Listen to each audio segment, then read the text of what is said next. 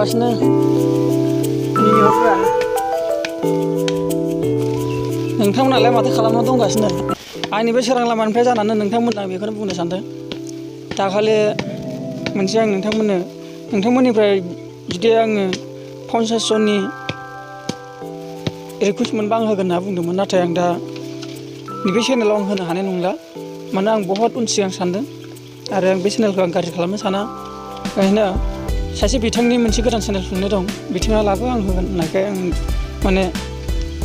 बेयो आपल'ड खालामनो जाबाय बिनि गेजेराव नोंथांमोना जुदि नायहैनोब्ला आं नोंथांमोननो डिसक्रिपसनाव होगोन बे लिंकखौ नोंथांमोना नायनो गोसोबा बे डिसक्रिपसनाव थांनानै सेरना नायहैबानो जाबाय आरो ना दा ओमफ्राय आं बे आंनि सोरां लामायाव आं होनाय नंला आरो ना नोंथांमोना जुदि नायनो गोसोथारबा आं दा नोंथांमोना मिथिहोबाय नटिस होबाय नोंथांमोना बे डिसक्रिपसनाव थांनानै नोंथांमोना नायहैबानो जाबाय आरो ना दा बेखौ नोंथांमोननो खिन्थायो आरो बाखि बाथ्रा